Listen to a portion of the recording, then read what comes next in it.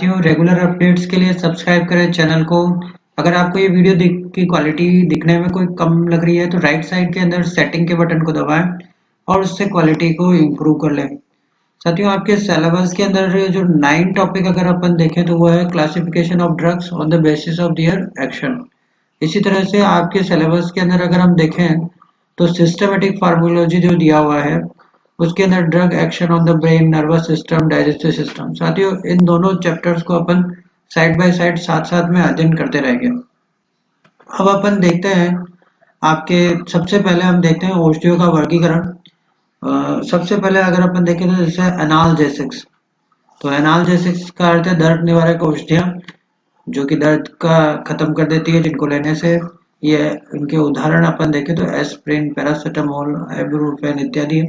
Analgesic के simultaneous effect antipyretic के रूप में भी होते हैं और एंटी इन्फ्लामेटरी के रूप में भी होते हैं। एंटीपायरेटिक मतलब जो तापमान को कम करती है और एंटी इन्फ्लामेटरी जो कि सूजन को मिलाती है। तो एस्प्रिन तीनों का काम करती है क्योंकि ये non steroid anti inflammatory drug NSAIDs कहलाते हैं।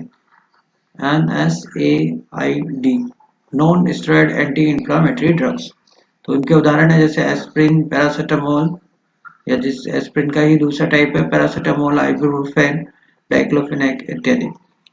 आगे हम देखें तो डाइजेस्टिव औषधियों के अंदर अपन देखें डाइजेस्टिव सिस्टम पे काम करने वाली तो पहली हम देखते हैं तो वो है माउथ एंटीसेप्टिक।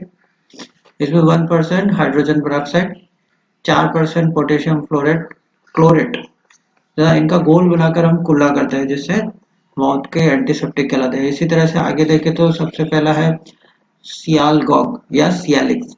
ये लार की मात्रा को बढ़ाते हैं। खाद्य पदार्थ जैसे पाइलोकार्पिन, खाद्य पदार्थ इसके अलावा पाइलोकार्पिन, फाइलोस्टिग्मेंट और एंड्रेनालिन, ये तीनों सीएनएस पर प्रभाव डालकर भी लार के स्त्रवण को बढ़ाते हैं। इसके अलावा क्लोरोफॉर्म, निकोटिन, अल्कोहल ये भी लार की मात्रा को बढ़ाते हैं। एंटी सियालगोग जो कि लाल की मात्रा को कम करते हैं। एट्रोपिन सल्फेट इसके अंदर सबसे प्रमुख है। एट्रोपिन सल्फेट का उपयोग प्री एनेस्थेटिक के रूप में किया जाता है ताकि ऑपरेशन के दौरान लार की मात्रा को कम रखा जा सके। फिर देखें तो एफिन, फिटकरी, टेनिकम, बोरेक्स ये सभी भी एंटी सियालगोग हैं।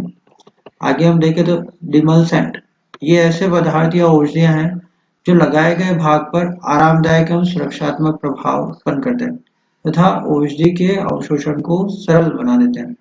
जैसे ठंडा दूध, शहद, ग्लिसरीन, अंडे की सफेदी इत्यादि जो दिया जाता है वो सब डिमलसेंट का काम करते हैं क्योंकि ये एक सुरक्षात्मक प्रभाव उत्पन्न करते हैं। ठंडा दूध, ग्लिसरीन, अंडे की सफेदी इत्यादि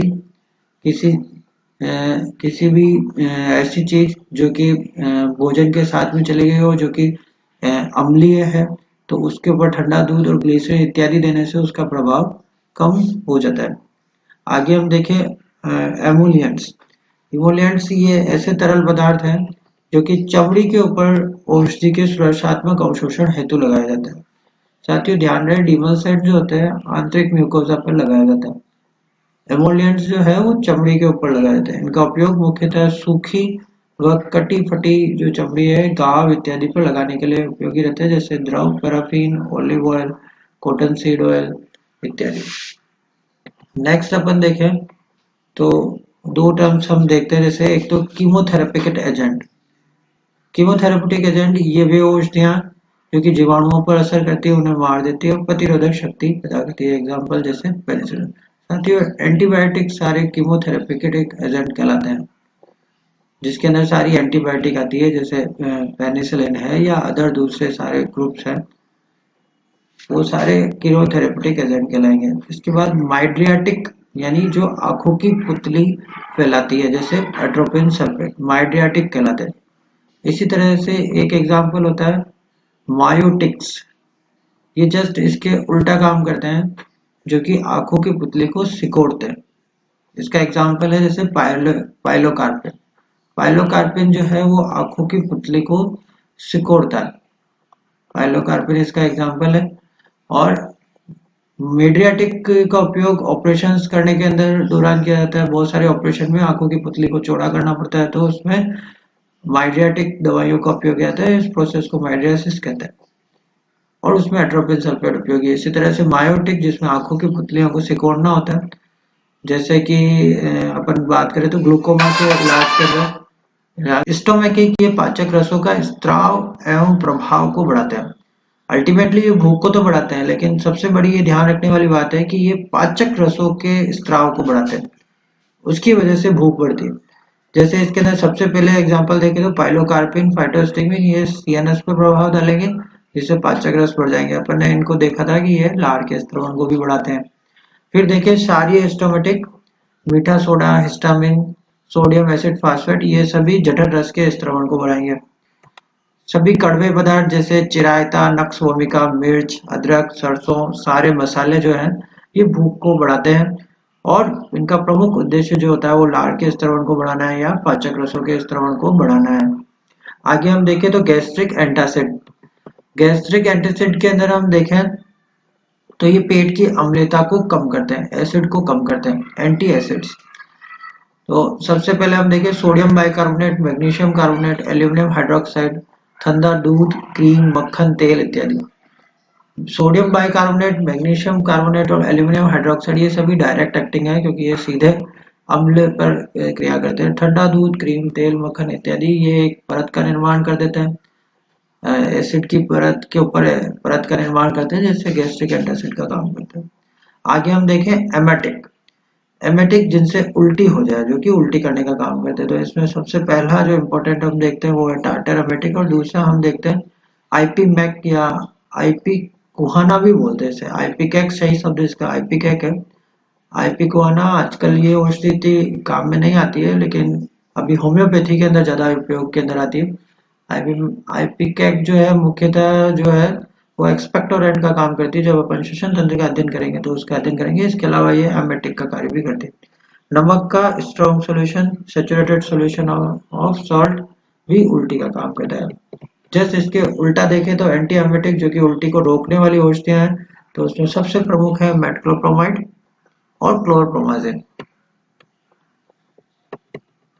आगे हम देखें तो एक इम्पोर्टेंट आता है हीमोस्टैटिक्स।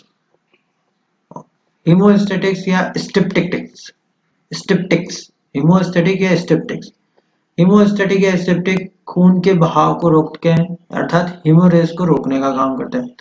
इसके अंदर सबसे इम्पोर्टेंट हम देखें तो फिटकरी, बर्फ, टिंचर, बेंजोइन इत्यादि ये सभी खून के बहाव को रोक देते हैं और खून के बहाव को रोकते हैं, तो वो सभी हीमोस्टैटिक्स कहलाते हैं। एंटीपायरेटिक्स, एंटीपायरेटिक्स शरीर के तापमान को कम करते हैं और बुखार को उतारते हैं। साथियों मैंने तीन चीजें बताई थी, एंटीपायरेटिक, एनाल्जेसिक और एंटी इंफ्लामेटरी। ये तीनों काम जो है साथ साथ करती है। पैरासिटामोल, एस्प्रिन, आइबुप्रोफेन, डाइक्लोफेनेक या नेसेट्स इत्यादि ये सभी तीनों काम को साथ साथ करते हैं।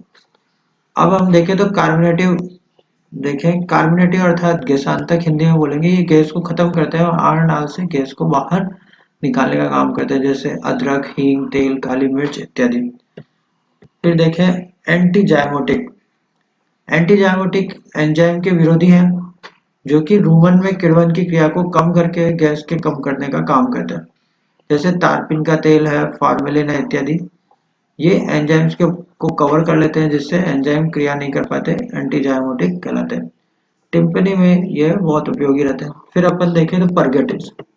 साथियों बहुत इंपॉर्टेंट, परगेटिव एक कॉमन टर्म है जो कि मल त्याग को बढ़ाने वाले हैं, अर्थात जो कि डिफिकेशन प्रोसेस को बढ़ाते हैं। सबसे पहला लेक्सेटिव। लेक्सेटिव ये मल को चिकना बना देते हैं, जिससे आसानी से ये आहार नाल के अंदर आगे बढ़ जाता है और डिफिकेशन हो जाता है, मल त्याग हो जाता है, जैसे लिक्विड, पैराफिन इत्यादि। सिंपल परगोनेट देते हैं तो ये आत्मिक कमानुकुंचन की गति को बढ़ाता है, जो कि लेक्सेटिव के विपरीत है। इसी तरह से हम देखें कैथार्टिक, ये भी लेक्सेटिव के विपरीत है। ये आहार नाल के ऊपर क्रिया करते हैं, आहार नाल के अंदर ये प्रमोट करते हैं कि मल त्याग को बढ़ाया जाए, क्रमानुकुंचन की गति को बढ़ाया जाए। कैथार्टिक और हायर कैटेगरी में आते हैं, जैसे बेरियम क्लोराइड। इरिटेंट परगेटिव आहार नाल में उत्तेजना पैदा करके जो करते हैं, जैसे अरंडी का तेल। साथियों एक बहुत इंपॉर्टेंट है, जैसे लग्जेटिव होता है उसी तरह से याद रखें बल्क परगेटिव, ये भी आहार नाल पर ही कार्य करेंगे। जैसे आहार नाल में जल को अधिशोषित करके ये आहार नाल के जल को अधिशोषित करेंगे और पेट को जिससे पेट भर जाएगा और ये फूल कर बड़े हो जाएंगे। फूल जाने के कारण जैसे बड़े हो जाने के कारण बल की मात्रा बढ़ जाएगी, जिससे बल आसानी से आगे आहार नाल में सरक जाएगा। जैसे इसबगोल, मेथिल सेलुलोज, अगार अगार इत्यादि। लवणीय परगेटिव या सेलाइन परगेटिव के अंदर अपन देखें तो मैग्नीशियम सल्फेट या साधारण नमक जो है, नमक का स्ट्रॉन्ग सॉल्यूशन इत्यादि जो है लवणीय परगेटिव का काम करते हैं। मैग्नीशियम सल्फेट भी लवणीय परगेटिव का काम करता है। आगे हम देखें एस्ट्रिंजेंट। एस्ट्रिंजेंट श्लेष्मा झिल्ली एवं उत्तक एवं रक्त वाहिनियों के ऊपर संकुचन पैदा करते हैं। इनके स्त्रवण को रोक देते हैं। जैसे इंटेस्टाइनल एस्ट्रिंजेंट आंत्र के अंदर एंटीडायरियल प्रभाव उत्पन्न करते हैं, अर्थात दस्त को रोक देते हैं। साथियों, अपन ने देखा है टर्म एस्ट्रिंजेंट, इसके अलावा एक टर्म और देखी थी डिमलसेंट। डिमलसेंट का काम सुरक्षात्मक प्रभाव उत्पन्न करना है श्लेष्मा झिल्ली पर, जबकि एस्ट्रिंजेंट का काम रक्त वाहिनियों में ऊतकों में संकुचन पैदा करना है, उन्हें संकुचित करना है ताकि उनके जो स्त्रवण है वो रुक जाए। जैसे दस्त के समय हम देखें तो पानी का स्त्रवण अगर कम हो जाए तो वो काम करने वाले इंटेस्टाइनल एस्ट्रिंजेंट कहलाएंगे, जैसे टैनिक अम्ल, बेलाडोला, कत्था, अफीम, एल्यूमिनियम हाइड्रोक्साइड, ये सभी एस्ट्रिंजेंट का कार्य करते हैं। आगे देखें तो एंथेल्मेटिक्स या कृमिनाशक। साथियों, इसको अपन अलग से भी और अध्ययन करेंगे इनका। तो शरीर की कृमि, परजीवी, फ्लूक, टैपवर्म इत्यादि को जो बाहर निकाल दे, जैसे अल्बेंडाजोल, फेनबेंडाजोल, फिनोथाइसिन, फिनोबिस, नीलातोता, ये सभी जो है एंथेल्मेटिक का भी कार्य करते हैं। साथियों, इक्बॉलिक्स जो है गर्भाशय की मांसपेशियों को संकुचित करते हैं, जिससे उपस्थित चीज जो गर्भाशय के अंदर है वो बाहर निकल जाए, जैसे एरगट्स और पाउडर इत्यादि। अगला हम देखें तो कोलेगॉग और कोलेरेटिक्स। पित्ताशय में संकुचन बढ़ाकर पित्तरस के स्त्रवण को बढ़ाना जो है वो कोलेगॉग कहलाएगा, और यकृत की कोशिकाओं की क्रियाशीलता को बढ़ाना कोलेरेटिक्स कहलाएगा।